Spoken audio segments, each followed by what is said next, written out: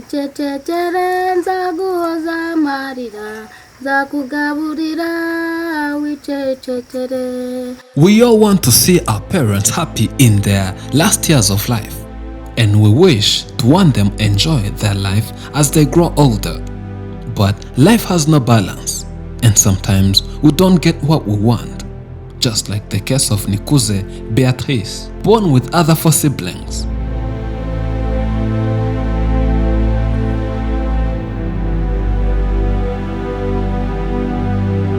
Beatrice grew up in a lovely family which cared for each other, and together with her siblings, they had vowed to make their parents' final years on earth very memorable. But everything changed when her father and all her siblings tragically died, leaving her as the only one to take care of her mother, Mukanani Antoinette.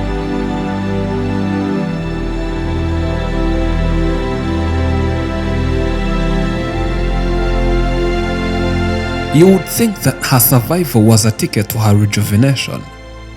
But the opposite is true. Her mother got a mysterious sickness, as she seemed to be paralyzed, and she can never do anything at this point. Beatrice is the only person on earth who cares about her.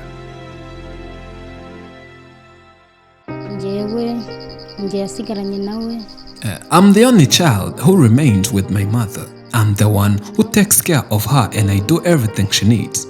We were 5 children, but 4 other siblings died, and I'm the only one who has survived so far. Our father has also died. That's how we ended up in this situation. Her condition has never improved for the past 20 years. She was always losing weight, almost turning into a child again. Today, I can carry her into my arms. Yet she used to be strong and big, and I wouldn't be able to hold her in my arms. She's not able to speak coherently, and whenever she wants to tell me something, I have to be so close to her so that I can hear what she says. At 72, Mukanani Antoinette is relatively old, and you might think that her age is what caused her to be like a child. But this could have only exacerbated her condition since she had been sick for more than 20 years. As she grows older, she loses the ability to do basic things which she used to do in the past few years. When we visited her, she was unable to do anything, which puts Beatrice in an uncomfortable situation to be by her side all the time.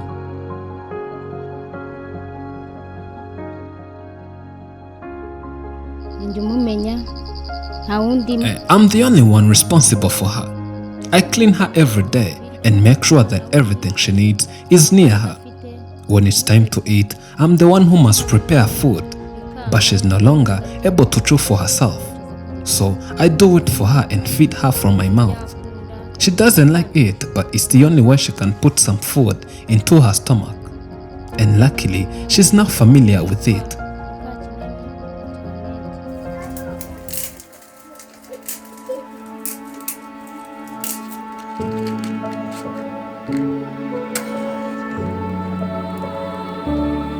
If anything, Beatrice fights every day to bring the rare smile on the face of her dying mother. She does so through comforting her, which can be in the form of singing and touching her cheek. It's the only time of the day that Antoinette enjoys.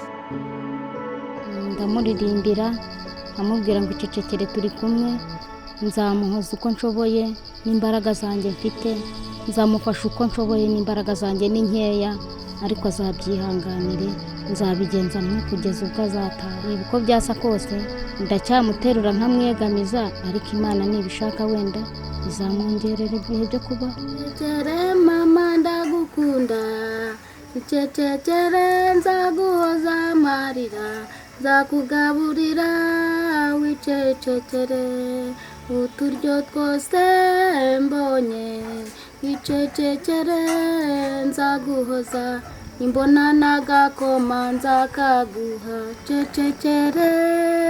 As you can imagine, Beatrice is the sole breadwinner of this house. She wakes up every morning and goes out to look for a job. As someone who has never studied, she works in a manual labor, which is physically demanding and highly competitive, given that the market is dominated by men. That's why Beatrice can go days without finding a job, in which case feeding her mother is extremely difficult and even impossible sometimes.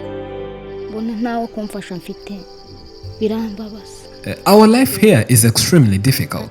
Every day I have to go to work in order to bring some food and feed my mother. If I can't find a job, we cannot manage to eat, and that's very troublesome to both of us.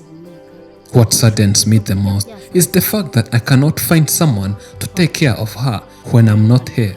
Whenever I go to work, I lock the whole house and carry keys, and meet her when I come back again.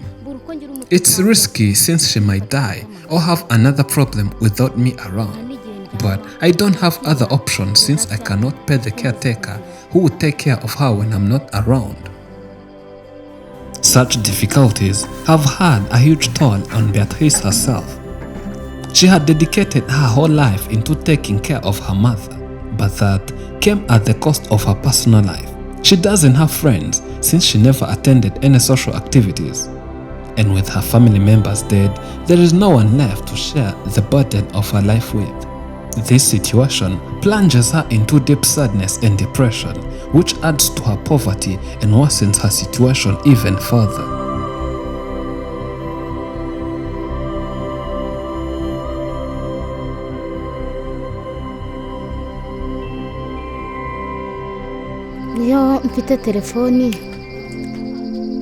I'm very lonely. Sometimes I look at my phone and can't find any reason to have it. I don't have anyone to call. I don't have friends, nor do I have my family members to rely on. It's me and my mother alone, and that lifestyle is very depressing. Sometimes when I'm overwhelmed by the problems, I put my head into my hands and cry loudly. Since my mother got sick, we have never had a good life because of the constant restraints we face every day.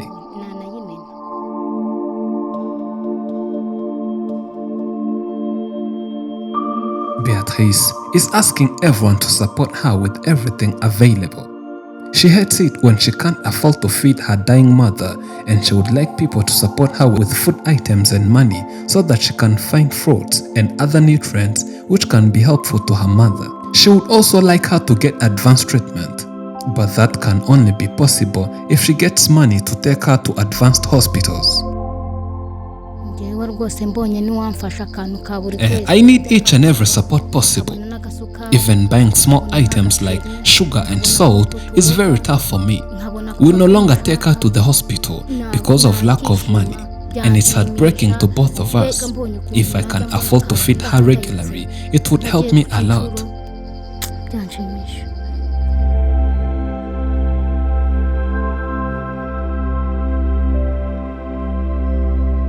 We can help this family by contributing on thegivinglife.com with links found in description and pinned in top comments.